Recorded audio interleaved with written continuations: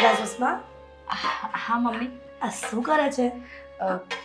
બસ કંઈ નહીં, આ કિચન સાફ થઈ ગયું છે, હવે જમવાની તૈયારી કરું છું. મદદ કરાવું?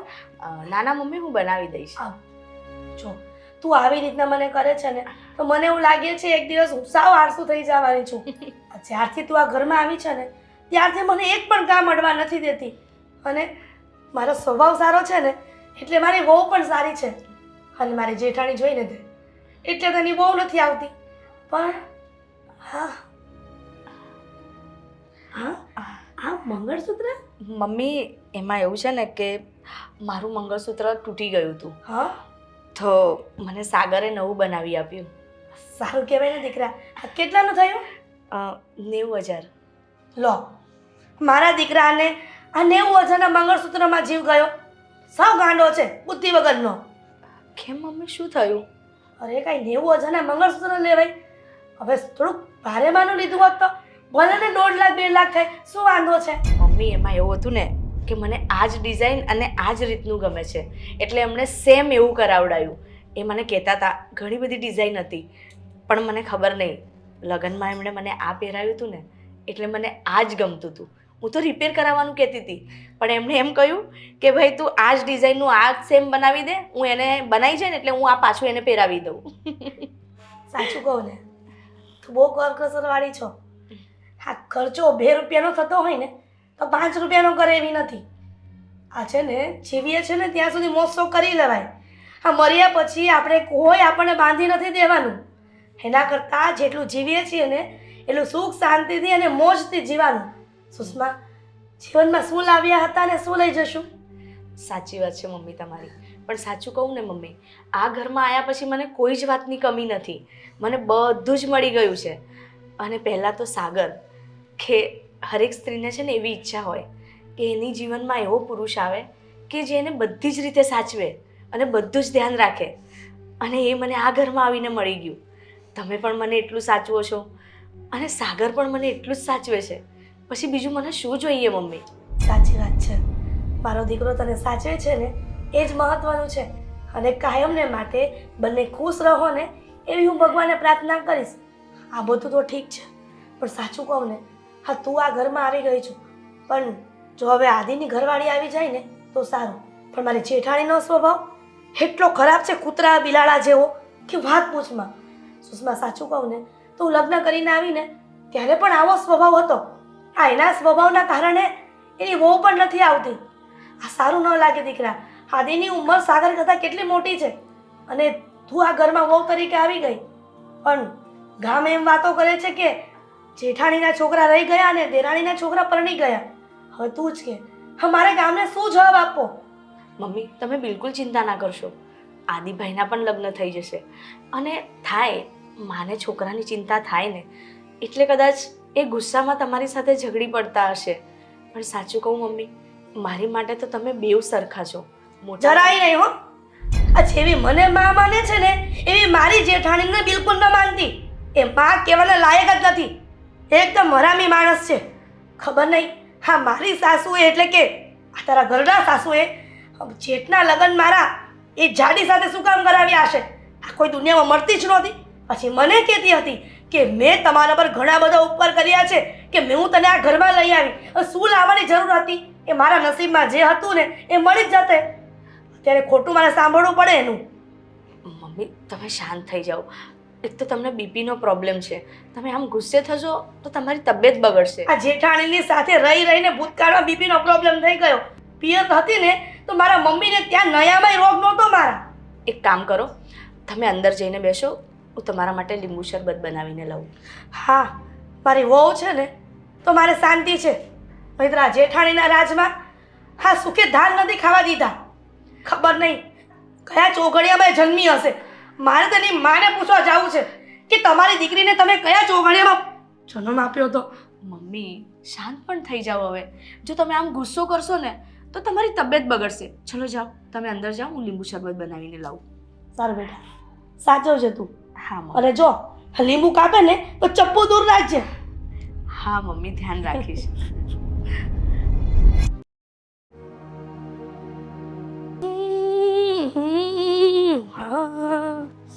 હાશ લે ઊભી રહે.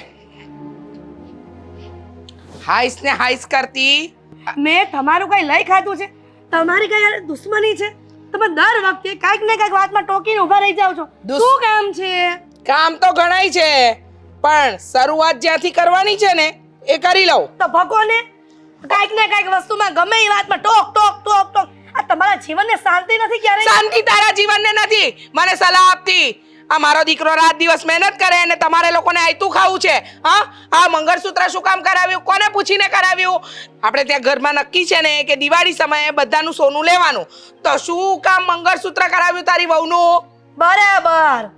એટલે તમને એ પણ ખબર પડી ગઈ કે મારા દીકરાએ એની વહુ માટે મંગળસૂત્ર કરાવ્યું. આ જ ઘરમાં રહું છું ડફોળ, આ જ ઘરમાં રહું છું, કોઈ બીજા ઘરમાં નથી રહેતી. આ ઘરમાં રહું ને તો શું ચાલતું હોય ને બધી ખબર હોય. તારે સંતાડીને રાખવું છે, મારે નથી સંતાડવાનું બધું. તા ઘરમાં રહ્યો છો ને તો બધું ઝીણી ઝીણી વાતનું ઝીણવટપૂર્વક નિરીક્ષણ ન કરવાનું હોય. વહુને વહુ રીતે રહે ને છોકરા છોકરાથી રહેવા દેવાનું હોય. હા, મને ખબર છે, પણ મારો દીકરો રાત દિવસ મહેનત કરે છે. તારા દીકરાને તો હમણાં શીખવાડ્યું અને પાછી રૂપિયા કમાયા નથી કે ઉડાડ્યા નથી. વાહ મોટા ભાભી વાહ. આ નાની નાની વાતમાં તમને ખોચરાઈ કાઢવાની હારી ટેવ પડી ગઈ છે. ના, ના. મારી વહુ મંગળસૂત્ર નવું પહેરે એમાંય તમને તકલીફ. આ એની સાસુ સગી છે તોય એને તકલીફ નથી, પણ આ મોટી સાસુને એટલો મોટો ઉપાડો છે ને કે વાત પૂછવામાં. આ તો કરે જ ને, કરે. હા, દેખાય કરે માણસ ને ખોચરાઈની ક્યાં વાત કરે છે? મારી બહુ આવી નથી, ભલે મેં એના માટે ઘરેણા લઈને રાખ્યા, પણ તારી જેમ નહીં માથે ચડાવીને રાખે. માંગ્યું એટલું આપ્યું, મફત નથી આવતું. ને સોનાનો ભાવ સાંભળ્યો છે બાપ જિંદગીમાં? ખબર છે કે 64,000 રૂપિયા છે અત્યારે. ઓહો, 64,000 રૂપિયા છે અત્યારે. તો અક્કલ હોવી જોઈએ કે આપણે લેવાય કે ન લેવાય. પણ મંગળસૂત્ર તૂટી ગયું અને મારા દીકરા એમ કહ્યું કે નવું લઈ લે, તો મારી વહુ શું કરે? અને એની પર્સનલ મેટર છે, હું કઈ નથી બોલતી તો તમારે કઈ બોલાય જ નહીં. સૈયારો ધંધો છે ને સૈયારું ઘર છે, બોલીશ જ, સમજી ગઈ? લો બોલો, તમારે નહીં બોલવાનું. ધંધામાંથી અલગ થાવ ને પછી તમારે જે ખરીદ્યું ને ખરીદજો. એમે તારા છોકરાની તેવડ તો જરાય નથી. આ કમાતો તો એને મારા દીકરાએ કર્યો, આ ધંધાની અંદર સેટ તો મારા દીકરાએ કર્યો. એના શું નવીન છે? મોટો ભાઈ છે તો કરે સેટ. આ નવાઈ કરી જ છે, આ હૈયારે રહેતા હતા ને એટલે નવાઈ કરી જ છે, સમજી ગઈ? મોટા ભાભી તમને એટલું બધું જ હોય ને તો આદિ જ્યારે વાત કરો અને ફેસલો કરો કે હૈયારું રાખવું છે કે અનોખા થઈ જવું અરે છે. મારે તો રાખવું જ નથી, મારે તો વર્ષો પહેલા નહોતું રાખવું, પણ આ બા બાપુજી માન્યા નહીં અને પછી તારી જોડે મારે રહેવાનું આવ્યું. રોજ સવાર પડે ને સવાર ઉઠીને તારું ડાચું જોવું તો મને જરાય નથી ગમતું. તો નો જોવું હોય ને તો બા બાપુજી હયાત તો છે જ નહીં, તો નોખા કરો ને અત્યારે. સારા સાંજ પડે એકની એક વાત કરો છો તે. હા તે થઈ જાવ. આ મારો દીકરો નથી માનતો, મારા દીકરાની કાન બંબાઈની કરે ને બેટી બેટી કે તારી મમ્મી આમ તારી મમ્મી તેમ ફલાણો દીકરો. હું જેવી એવી કા? અને તું તો સતી સાવિત્રી. તે તો તારા દીકરાઓને અને તારી વહુઓને એવા સંસ્કાર આપ્યા છે કે કોઈની સામે જ ના બોલે. નહીં કેમ? મારો દીકરો અને મારી વહુ તમારી ક્યારે સામે બોલી? અને સતી સાવિત્રીની વાત ક્યાં આવી છે? આ દુનિયામાં કોઈ સતી સાવિત્રી છે જ નહીં. હું કે તમે? ઓહ, શાંતિ રાખજે, નહીતર હવે તો છે ને તારું ઘણું દુખું. તમે છોડીશ ને વધારે બોલીને તો તારું નહીં છોડું. ભાભી તમે તો જેઠાણી છો કે દુશ્મન છો? મારે મારા દીકરાને તમારા દીકરાને વાત કરી જ પડશે. કરજે, બરાબર? હવે તો છે ને તારો ચોટલો ચાલતા પણ મને શરમ નહીં આવે, કારણ કે તું મારી સામે એટલું બધું બોલી ગઈ છે ને કે ના પૂછો વાત. હા, મારી જાત ને તો તમારા પર બધો આરોપ આવત, આખી જિંદગી જેલમાં સડાવત. હાસ, આના કરતા તો સારું જેલમાં રહેવું, તારું ડાચું તો ન જોવું અને આ પૃથ્વી પરથી એક પાપ ઓછું થાત. વાહ, અને આ પૃથ્વી પર જે 90 કિલોનું પાપ રખડતું છે એને શું કરશું? આ 60 કિલોનું વયું જાય તો? હા, તારે તો બહુ ઉપાડા લેવા છે અને શાંતિ થાય. આ ઘરમાંથી જાય, આ પૃથ્વી પરથી જાય ને, આ 90 કિલોની ચિંતા કરવાની જરૂર નથી. તું તારી કર, નહીતર છે ને હમણાં જેવું ઘરું દબાવ્યું ને એમ તારું ભાભી આવ્યા ચક્કર આવ્યા. હવે પછી ઘરમાં કોઈ પણ વસ્તુ લેવી હોય ને તો મને પૂછવાનું, સમજી ગઈ? એકલી રહે ને ત્યારે તારે જેમ કરવું એમ કરજે. મને પૂછ્યા વગર જો ઘરમાં એક આટલો પેલો ચોખાનો દાણો પણ આવ્યો ને તો લાત મારીને ઘરની બહાર કાઢી મૂકીશ. બધે ફજેતા કરતી ફરે છે. તમે માણસ છો કે દુશ્મન છો? ના ના, હું તો રાક્ષસ છું, રાક્ષસ. દેખાઈ ગયું? લાગે છે કે 100 રાક્ષસ મહિના હશે ને ત્યારે મારી જેઠાણી પેદા થઈ હશે. ના ના ના ના, ખોટું કેલ્ક્યુલેશન. 1000 મર્યા હતા ને ત્યારે હું પેદા થઈ હતી, સમજી ગઈ? પણ હવે છે ને દોડડા પણ કરતી નહીં.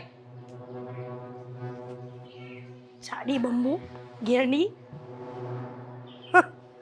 મારું ગળું બરાબર તો છે ને?